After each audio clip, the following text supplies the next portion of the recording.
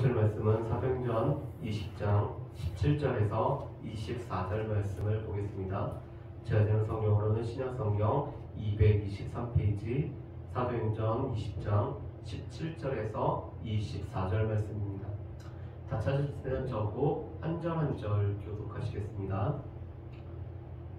바울이 밀레도에서 사람을 에베소로 보내어 교회 장로들을 청하니 오매 그들에게 말하되 아시아에 들어온 첫날부터 지금까지 내가 항상 여러분 가운데서 어떻게 행하였는지를 여러분도 아는 바니 곧 모든 겸손과 눈물이며 유대인의 관계로 말미암아 당한 시험을 참고 주를 섬긴 것과 유익한 것은 무엇이든지 공중 앞에서나 각 집에서나 거리낌이 없이 여러분에게 전하여 가르치고 유대인과 헬라인들에게 하나님께 대한 회개와 우리 주 예수 그리스도께 대한 믿음을 증언한 것이라. 보라 이제 나는 성령에 매여 예루살렘으로 가는데 거기서 무슨 일을 당하는지 알지 못하노라. 오직 성령이 각 성에서 내게 증언하여 결박과 환난이 나를 기다린다 하시나 내가 달려갈 길과 주 예수께 받은 사명 곧 하나님의 은혜의 복음을 증언하는 일을 마치려 하면은 나의 생명조차 조금도 귀한 것으로 여기지 아니하노라. 아멘. 오늘은 우리가 이 구약과 신약의 흐름, 이 구약과 신약의 뼈대를 세우는 이 말씀 중에서 우리가 마지막 말씀을 같이 보기를 원합니다. 그래서 오늘은 성령 시대, 우리가 선교 시대를 우리가 같이 보게 될 텐데요.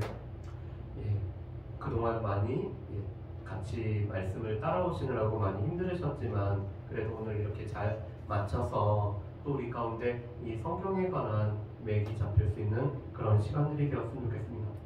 자, 우리 구약을 보면은 구약의 시대는 크게는 10개의 시대로 우리가 나눌 수가 있었죠.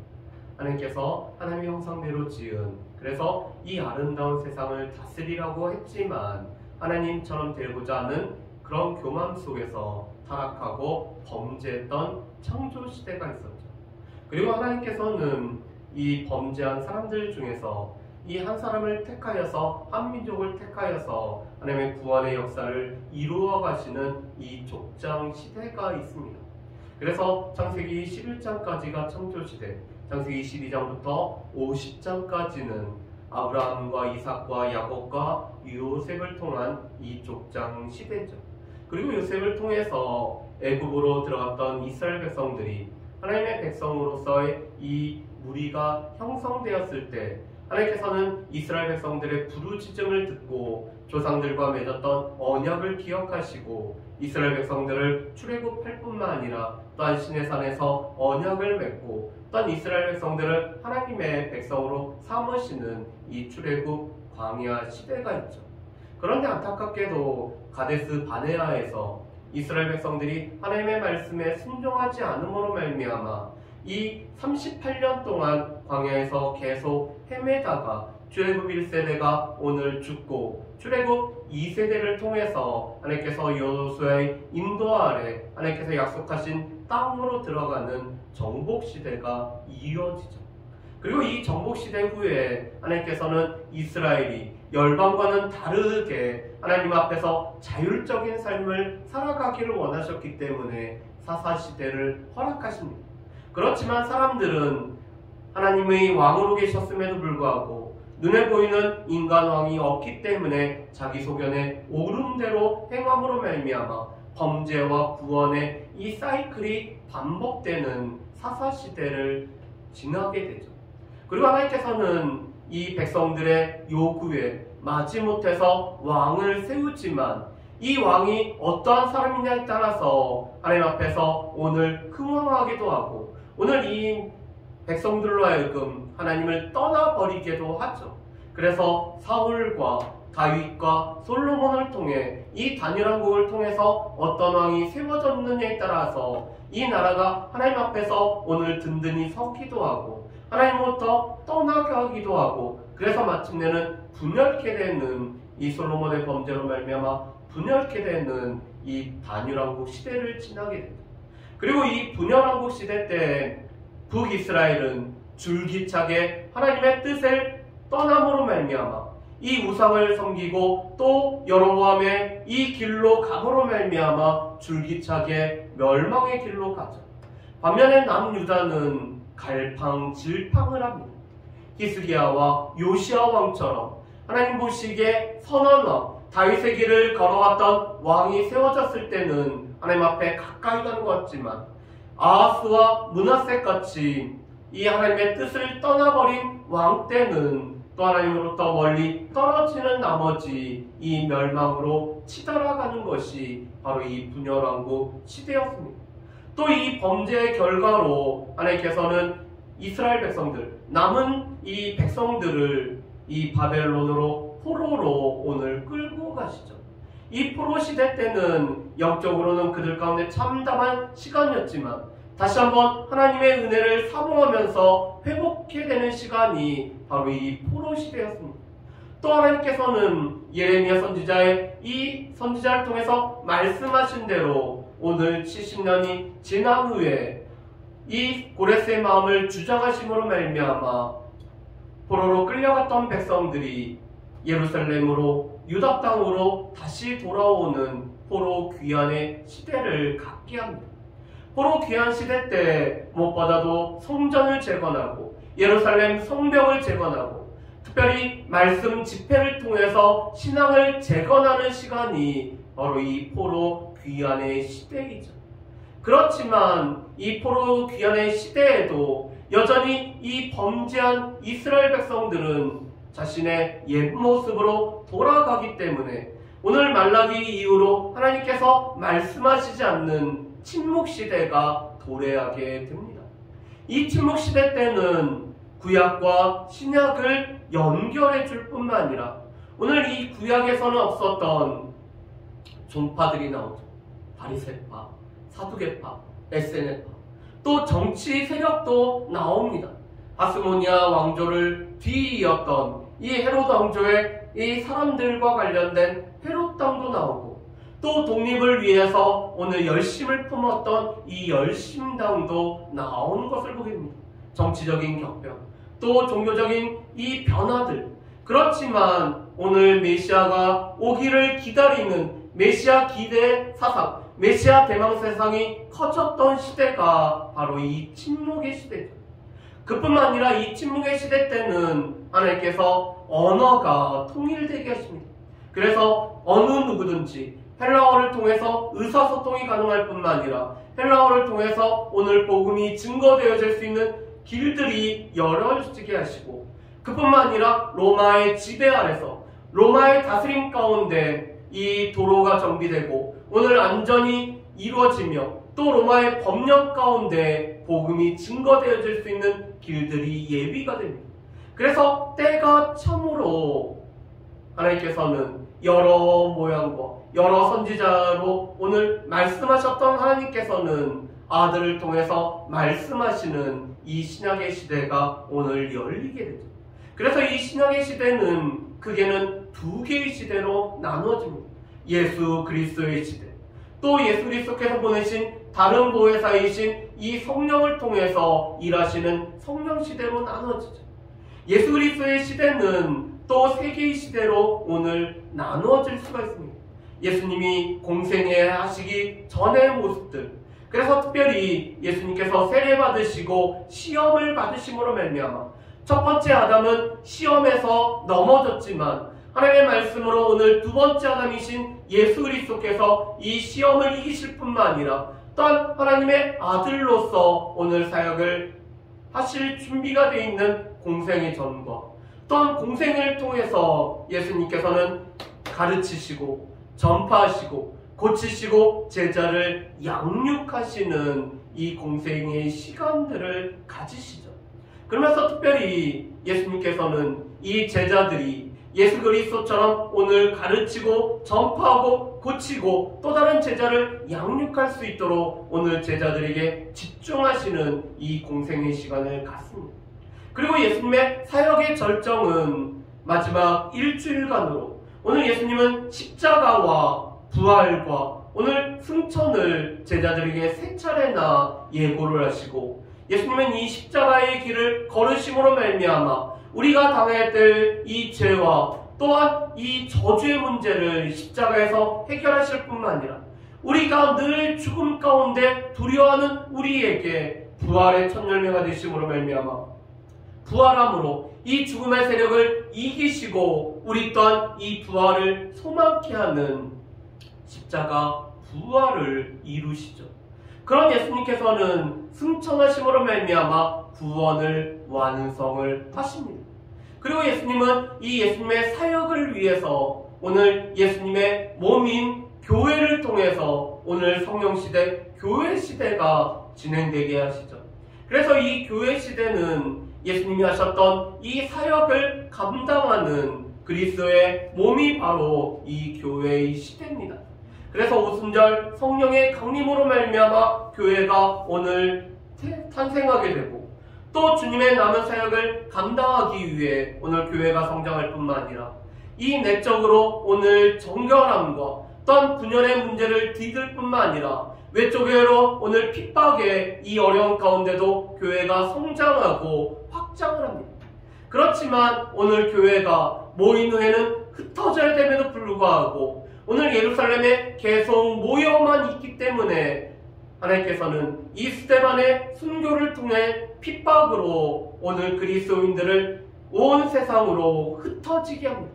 그래서 예수님이 사도행전 1장 8절에 있는 말씀처럼 오직 성령이 너희에게 임하시면 너희가 권능을 받고 예루살렘과 온 유대와 사마리아 땅끝까지 이르러 내 증인이 되도록 오늘 교회가 성장하고 오늘 이 위기를 잘 극복할 뿐만 아니라 오늘 핍박 가운데 교회가 흩어짐으로 말미암아 땅끝까지 이르러 증인이 되는 사명을 감당케 하는 것이 교회의 시대이죠. 그래서 예수님에 관련돼서는 복음서가 바로 예수 그리스도의 시대에 관해서 잘 설명해 준다면 사도행전 1장부터 15장까지의 말씀을 통해 이 교회 시대, 성령 시대 중에서 교회 시대에 관해서 우리에게 말씀을 해주고 계십니다. 그리고 이 교회 시대는 무엇보다도 땅끝까지 이르러 복음을 전하는 이 선교의 시대로 연결이 되죠. 그래서 오늘 우리가 성령 시대, 선교 시대를 우리가 같이 보기를 원합니다. 자, 그렇다면은 이 선교 시대를 우리가 어떻게 정의를 내릴 수 있을까요? 선교 시대는 이렇게 우리가 정의를 내릴 수가 있습니다. 바울과 다른 선교사들을 통하여 복음이 로마 제국 전역으로 확장되어가는 시기였다. 물론 이 로마 전역뿐만 아니라 이제는 온 세상을 향해서 온 열방을 향해서 복음이 전파되는 시대가 바로 선교 시대고 우리는 지금 이 선교 시대 가운데 우리가 살아가고 있는 것을 우리는 늘 기억을 해야 됩니다. 특별히 우리가 구약과 이 신약에서 선교에 관련된 대표적인 말씀을 꼽으라고 하면은 구약에서는 우리가 요나서의 말씀을 꼽을 수가 있고 우리가 신약에서는 사도행전 말씀을 우리가 들 수가 있습니다. 그런데 이 요나서와 사도행전 말씀은 결론이 나지 않은 열려있는 결말로 끝나죠. 왜냐하면 이 선교의 사명을 계속 이어받는 것이 우리이기 때문에 그래서 우리는 지금도 사도행전 29장의 역사를 써내려가고 있는 것이 우리가 살아가고 있는 이 선교의 시대에서 우리가 감당하는 이 사명인 것을 볼 수가 있습니다. 자, 그렇다면 먼저 교회 시대와 중첩이 되는 바울의 1차 우리 선교 여행을 한번 보실까요? 복음이 유대인에게서 이방인에게로 오늘 확장이 되는 시대가 바로 이 1차 선교 여행 시대입니다. 그래서 사도행전 13장과 14장이 이 1차 선교 여행을 우리가 다루고 있죠. 두 번째로는 예루살렘 종교 회의입니다. 이 예루살렘 종교 회의는 이 이방인들 가운데서 이 율법의 문제, 특별히 이 할례 문제를 다루는 그래서 이방인의 선교의 문이 활짝 열리는 것이 바로 이 사도행전 15장의 말씀이죠. 그리고 또 교회는 늘 이런 어려운 문제가 있을 때마다 이 예루살렘 종교회 같은 종교회를 통해서 문제를 해결할 뿐만 아니라 오늘 복음을 정립하고 또 특별히 우리 가운데 교회의 모습들, 또 우리 가운데 믿음의 내용들을 확정해 나가는 것이 이 종교회를 통해서 이루어지고 있습니다. 그리고 또 바울을 통해서 오늘 2차 선교 여행이 진행이 되죠. 2차 선교 여행은 아시아에 머물렀던 복음이 유럽으로 오늘 확장되는 시기가 바로 이 2차 전도 여행입니다. 그래서 사도행전 16장부터 사도행전 18장 22절까지의 부분이죠. 3차 선교 여행은 바울이 오늘 복음을 전했던 곳으로 오늘 다시 가서 양육을 위한 여행을 한 것이 사도행전 18장 23절 말씀부터 20장까지의 말씀입니다. 특별히 아볼로와 또 세례 요한의 세례는 알고 있지만 예수 그리스도의 세례를 알지 못하는 자들에게 예수 그리스도의 세례를 가르칠 뿐만 아니라 또 이 에베소에서 두란노 서원을 통해서 오늘 복음을 증거하는 시간이 바로 이 3차 전도 여행이죠. 그리고 로마행을 통해서 땅끝까지 가서 증인이 되기 위한 내용이 사도행전 21장부터 28장까지 오늘 기록이 되어 있습니다. 자, 그렇다면은 오늘은 먼저 우리가 시 한 편을 같이 한번 좀 보면서 시작을 했으면 좋겠습니다. 여러분, 이 시의 제목은 오 주여 지금은 아무것도 보이지 않습니다라는 시입니다. 여러분, 이 시는 언더우드 선교사가 복음을 증거하기 위해서 이 조선 땅에 왔지만 아직은 아무것도 보이지 않는 이 안타까운 가운데서 써내려갔던 시였습니다. 한번 제가 읽어보겠습니다. 주여 지금은 아무것도 보이지 않습니다. 주님 메마르고 가난한 땅, 나무 한 그루 시원하게 자라오르지 못하고 있는 땅에 저희들을 옮겨와 심으셨습니다. 조선 남자들의 속셈이 보이지 않습니다. 이 나라 조정의 내심도 보이지 않습니다. 가마를 타고 다니는 여자들을 영영 볼 기회가 없으면 어쩌나 합니다. 그러나 주님 순종하겠습니다. 주여 오직 제 믿음을 붙잡아 주소서. 특별히 이 히브리서 11장에 있는 믿음은 바라는 것들의 실상이요 보지 못하는 것의 증거라는 이 말씀을 오늘 언더우드 선교사가 이 시에 넣으면서 오늘 함께 복음을 전하려고 하지만 오히려 배척하는 이 조선인들을 보면서 지금은 아무것도 보이지 않습니다라는 이런 시를 쓰고 있습니다. 그런데 언더우드 선교사가 이렇게 얘기하죠. 이곳으로 들어온 것도 기적적인 역사였을 뿐만 아니라 하나님께서 우리를 이 땅 가운데 심기셨기 때문에 우리가 주님 믿음으로 순종할 때 주님 우리의 믿음을 붙잡아 달라는 이 시를 쓰고 있죠. 그런데 여러분, 이 언더우드 선교사와 아펜젤러 선교사를 비롯한 수많은 선교사들의 그 눈물과 순교와 또한 땀방울로 인해서 우리 가운데는 지금 이렇게 복음이 확장되어 있고 이제는 선교를 하는 나라로 바뀌었던 것을 우리가 볼 수가 있습니다. 여러분, 그렇다면은 선교사들은 왜 이 물설고 낯설은 곳으로 왔을까?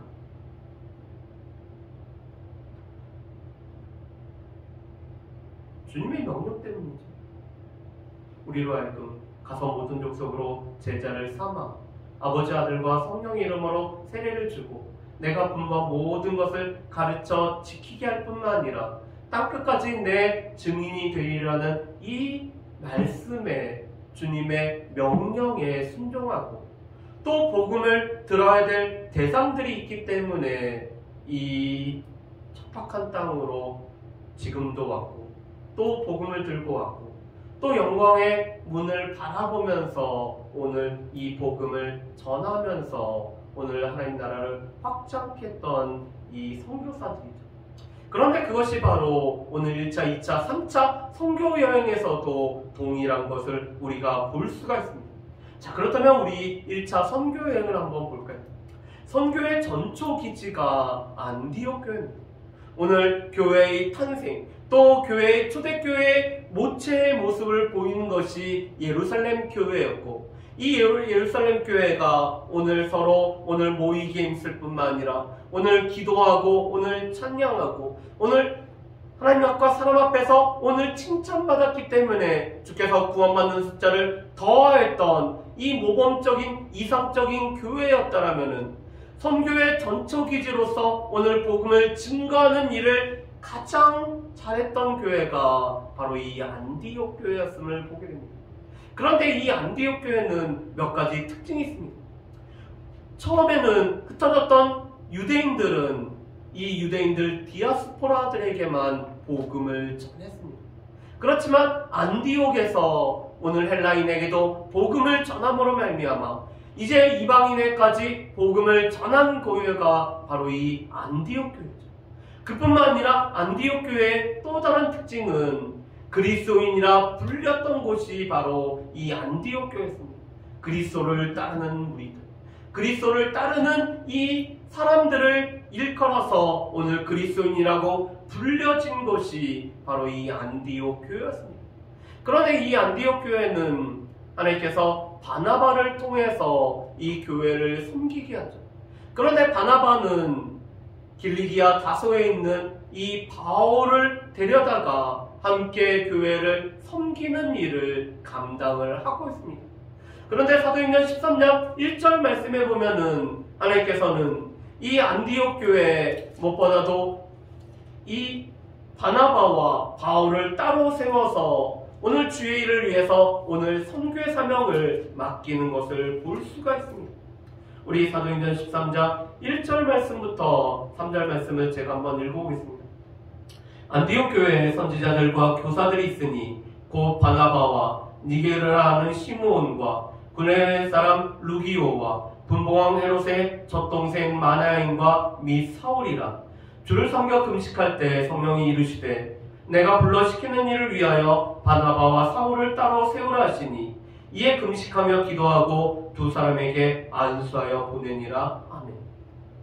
여러분, 이 안디옥 교회에 바나바를 비롯한 많은 일꾼들이 있었죠. 아마도 이들은 이 복음을 증거하고 복음을 가르치는, 지금으로 보면은 교육자와 같은 일을 감당하는 사람들이었습니다. 그런데 그 중에서 가장 커다란 핵심 멤버라고 할 수 있는 바나바와 사울을 따로 세우라고 하고, 오늘 내가 불러 시키는 일을 위해서 따로 세우라고 하는데 교회가 금식하며 기도하고 두 사람에게 안수하면서 보내고 있죠. 교회의 가장 핵심되는 사람들만 따로 떼어서 세우고 보내라고 하면은 이것을 쉽게 할 만한 교회가 있을까요? 아마 이렇게 하기가 참 어려울 겁니다. 우리가 분립 개척하는 것도 같은 교회에서 섬기다가 이 분립해서 개척하라고 하더라도 오늘 핵심 멤버를 따로 떼어서 보내는 것 자체도 참 어려운데, 오늘 이 안디옥 교회는 가장 중요한 교육자들을 따로 세워서 오늘 금식하며 보냄으로 말미암아 선교의 사명들을 온전히 감당을 하고 있죠. 그래서 바나바와 바울을 통해서 복음이 전파되고 있습니다. 그런데 1차 선교 여행은 소아시아 지방, 지금으로 하면은 이 터키와 시리아와 터키를 중심으로 해서 오늘 복음이 전파되는 것이 1차 전도 여행입니다. 그런데 바나바와 바울은 먼저 회당을 찾아가서 유대인들에게 복음을 전하죠. 예수 그리스도를 증거하고 또한 예수 그리스도의 부활을 전함으로 말미암아 복음을 받아들이도록 오늘 이 회당에서 오늘 전파하는 일을 감당합니다. 그렇지만 유대인들이 복음을 받아들이지 않고 오늘 거부를 했을 때 이제는 이방인들에게 복음을 전파를 하고 있죠. 특별히 유대인들과 유대인들에 의해서 선동된 사람들에 의해서 오늘 핍박을 받을 때 다른 데로 가면서 오늘 복음을 전했던 것이 1차 선교 여행이었습니다. 그런데 두 번째로 보면은 예루살렘 종교회의가 있습니다. 이방인 신자들의 율법 준수의 문제, 할례의 문제가 대두되고 있죠. 바나바와 바울은 예수 그리스도를 믿는 믿음으로 오늘 다 된다라고 얘기합니다. 그런데 유대인들 중에서 오늘 바리새인 출신들은 예수 그리스도를 믿지만 율법을 지키고 할례를 받아야 되기 때문에 이방인들 가운데도 오늘 율법을 지키고 할례를 받아야 된다라는 이 주장이 맞서고 있었습니다. 그래서 이 문제를 해결하기 위해서 안디옥 교회에서 바나바와 바울을 예루살렘에 보내고 예루살렘에서 종교회의를 통해서 이 문제를 오늘 결정을 짓는 거죠. 특별히 바나바와 바울은 1차 전도 여행의 결과를 이 예루살렘에서 오늘 보고를 합니다. 그리고 나서는 베드로가 일어나서 간증을 하죠. 사도행전 10장에 있었던 고넬료의 사건을 언급하며 성령을 우리와 이방인에게 같이 보내주신 하나님의 하시는 일을 이 베드로가 증거를 하고 있습니다. 그리고 다시 바나바와 바울이 어떻게 이 하나님께서 일하셨는지 역사를 간증하고 오늘 이 종교회를 주장했던 야고보에 의해서 오늘 하나의 이 권고가 이루어지죠.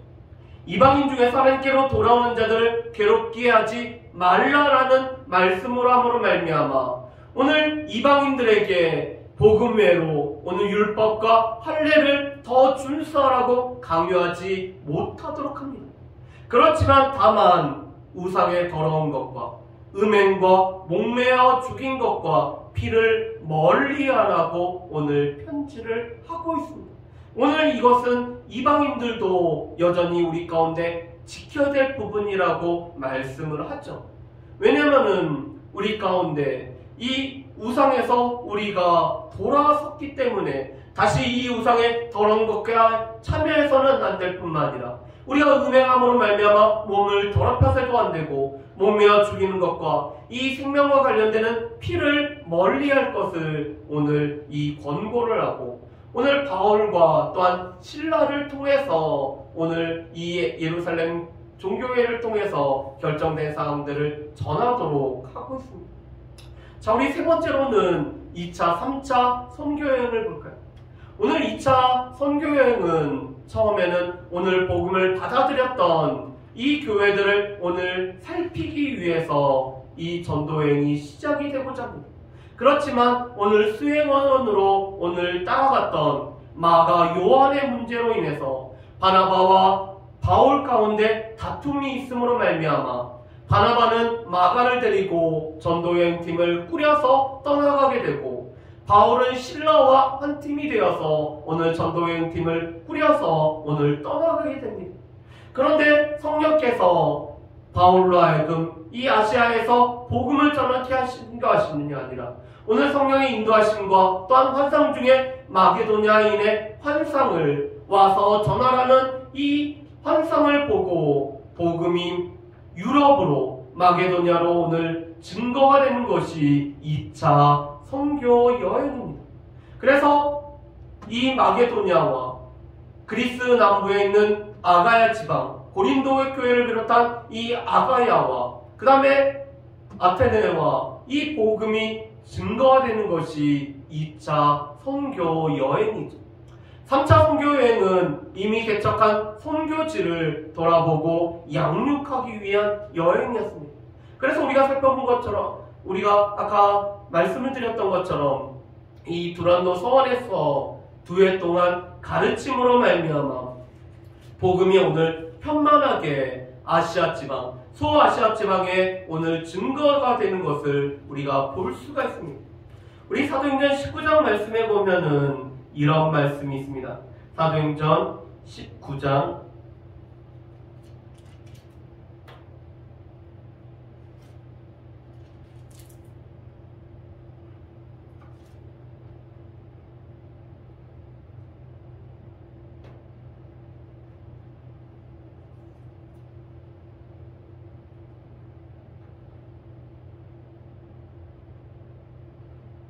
10절 말씀입니다.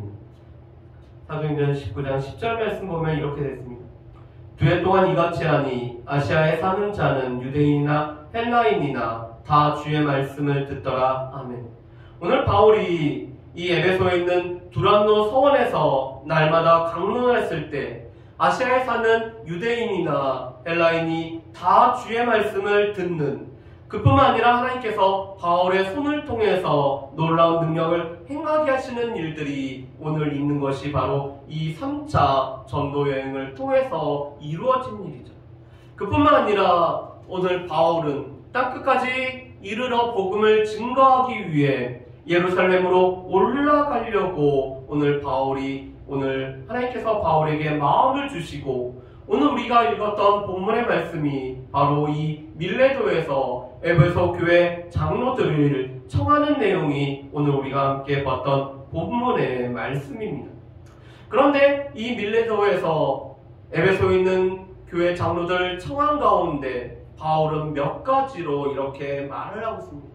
내가 겸손과 눈물로 오늘 유대인의 관계로 말미암아 당한 시험을 참고 주를 섬긴 것에 관해서 오늘 증거하고, 유익한 것은 공중에서나 오늘 각 집에서나 거리낌 없이 전하였을 뿐만 아니라 또한 유대인과 헬라인들에게 하나님께 대한 회개와 또한 우리 주 예수 그리스도에 대한 믿음을 증언한 것을 오늘 바울이 말하고 있습니다.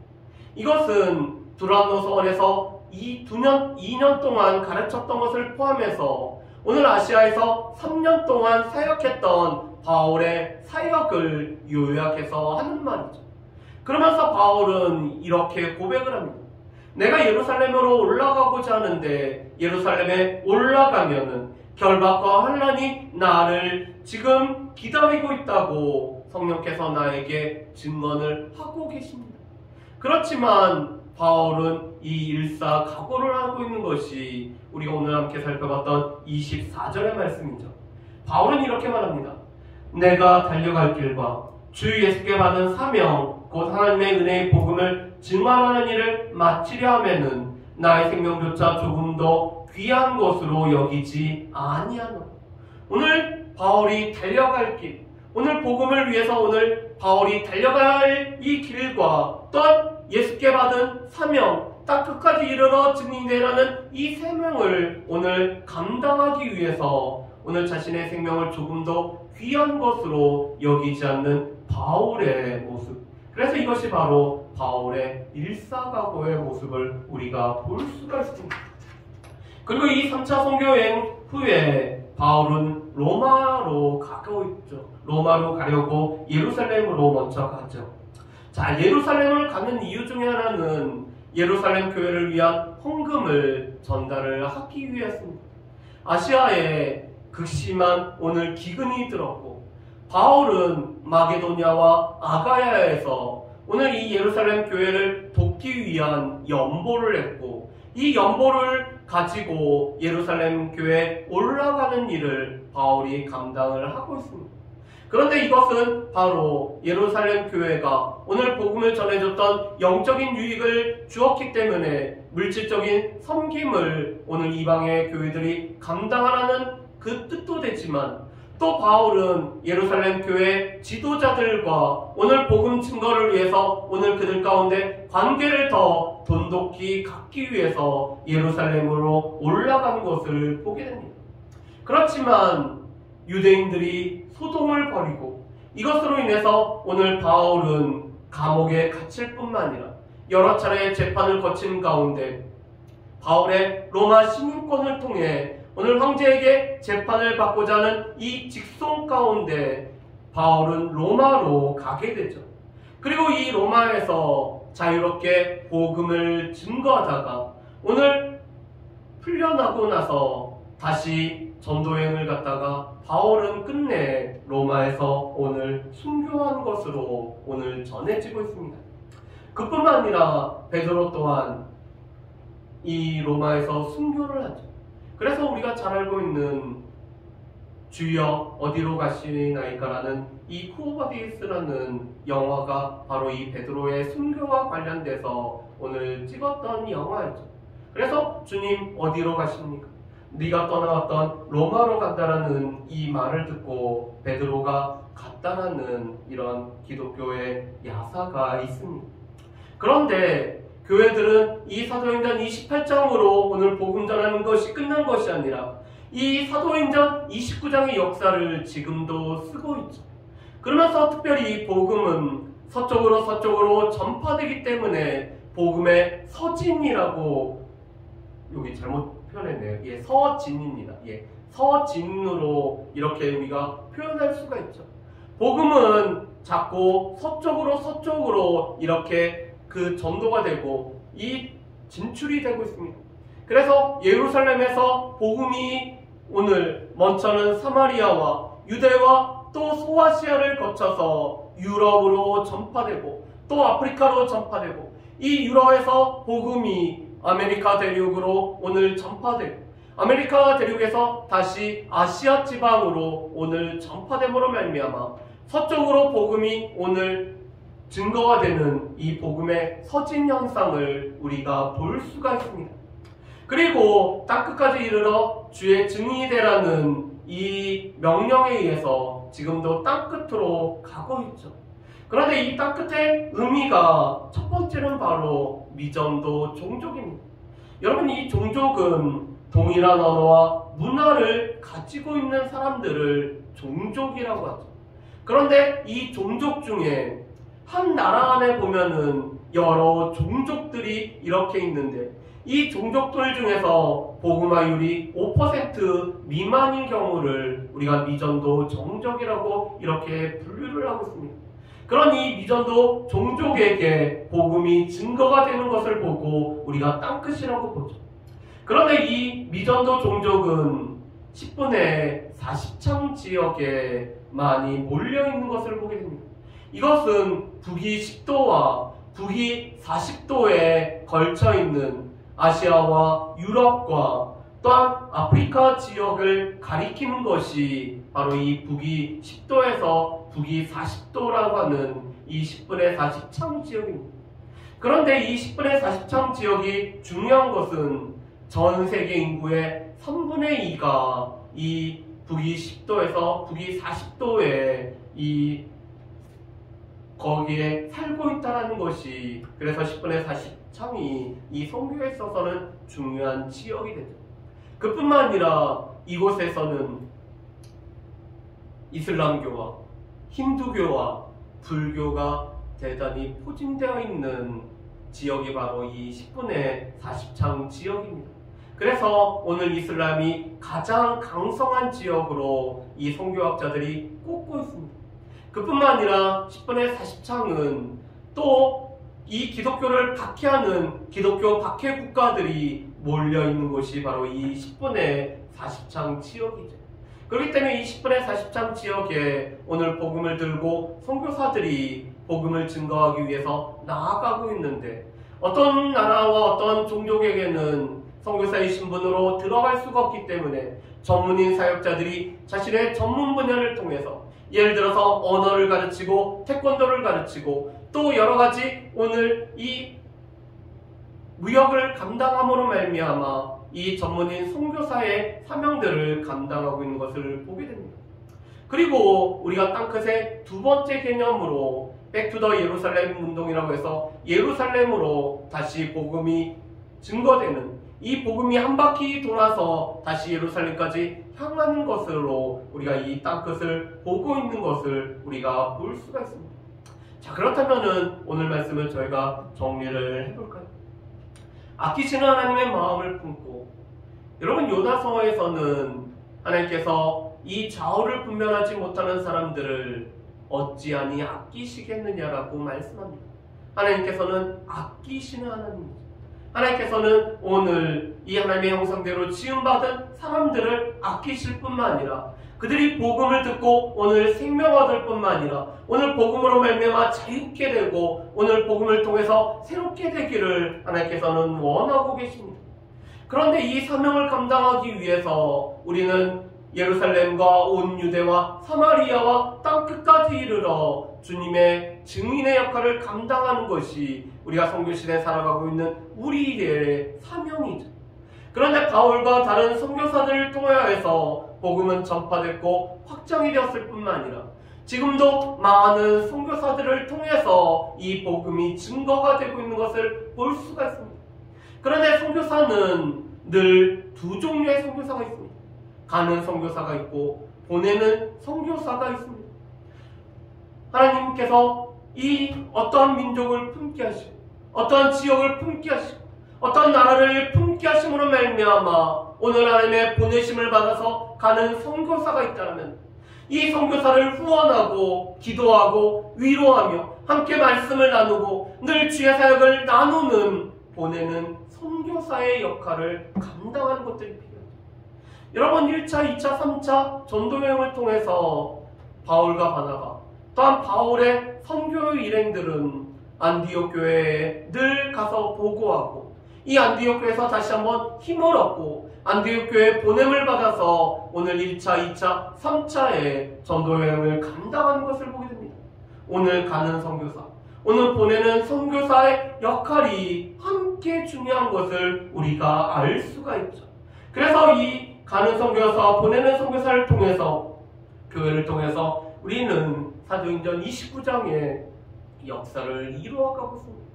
그런데 이 역사를 이루기 위해서는 성령의 인도하심과 또한 이 성령의 인도하심에 민감하게 반응하며 우리의 달려갈 길과 우리에게 주신 이 사명을 감당하기 위해서 바울과 같은 마음들이 우리 가운데 필요하죠.